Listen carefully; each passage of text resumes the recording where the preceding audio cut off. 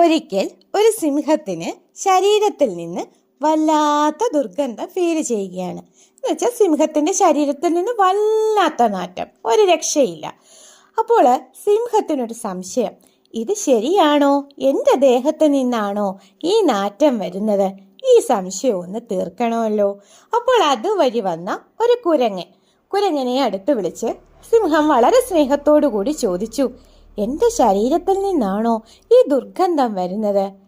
ആ സമയം കുരങ്ങൻ സത്യം പറഞ്ഞു, യജമാനനെ, നല്ലവണ്ണം നാറുന്നുണ്ട്. അങ്ങ് കുളിക്കുന്നതാണ് നല്ലത്.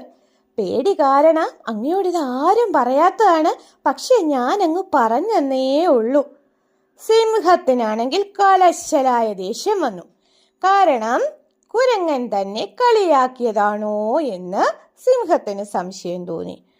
എന്ത് ചെയ്തു? സിംഹം കുരങ്ങന്റെ മുകളിൽ ചാടി വീണ് കുരങ്ങനെ കൊന്നുകളഞ്ഞു. തൊട്ടടുത്തായിട്ട് ഒരു മാൻ നിൽപ്പുണ്ടായിരുന്നു. അടുത്തതായി സിംഹം മാനിനെ സമീപിച്ചു. ഈ മാനിനോട് സിംഹം ഇതേ കാര്യം ചോദിച്ചു. സിംഹം ചോദിക്കുന്ന സമയത്ത് മാൻ ചിന്തിച്ച ഒരു കാര്യമുണ്ട്. സത്യം പറഞ്ഞിട്ട് കുരങ്ങനെ കൊന്നുകളഞ്ഞതാണ്.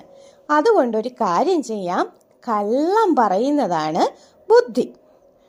സിംഹം ചോദിച്ച സമയത്ത് തന്നെ മാൻ പറയുകയാണ്, അങ്ങയുടെ ശരീരത്ത് ദുർഗന്ധം ഒന്നുമില്ല, ഒട്ടും ദുർഗന്ധമില്ല. അങ്ങയുടെ അടുത്ത് വരുമ്പോൾ തന്നെ എന്ത് സുഗന്ധമാണെന്നറിയാവോ? അങ്ങയുടെ അടുത്ത് നിൽക്കുന്നത് തന്നെ ആനന്ദമാണ്. ഇത് കേട്ടപ്പോൾ സിംഹത്തിന് മനസ്സിലായി, ഈ മാൻ തന്നെ പരിഹസിക്കുകയാണ്.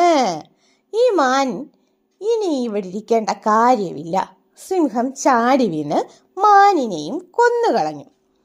ഇത്രയും സംഭവിക്കുന്നതൊക്കെ കണ്ടുകൊണ്ട് നമ്മുടെ കള്ളക്കുറുക്കൻ അവിടെ നിൽപ്പുണ്ടായിരുന്നു.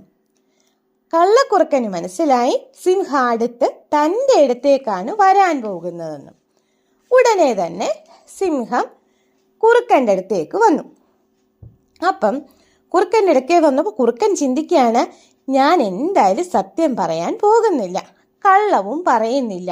അപ്പോഴെനിക്കൊരു ബുദ്ധി തോന്നുന്നത്, മിണ്ടാതിരിക്കുന്നതാണ് ഏറ്റവും നല്ലത്. ആ സമയം തന്നെ സിംഹം കുറുക്കനോട് ചോദിച്ചു, എൻ്റെ ദേഹത്ത് ദുർഗന്ധം വരുന്നുണ്ടോ?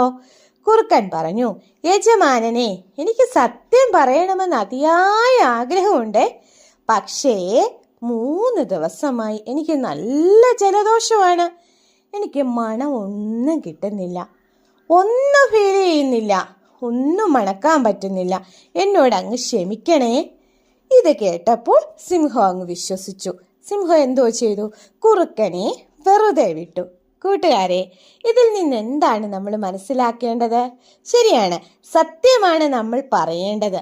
പക്ഷേ ചില സമയങ്ങളിൽ നിശബ്ദതയാണ് ഏറ്റവും നല്ല മരുന്ന് എന്ന് നമുക്ക് ഈ കഥയിലൂടെ മനസ്സിലാക്കാൻ പറ്റും.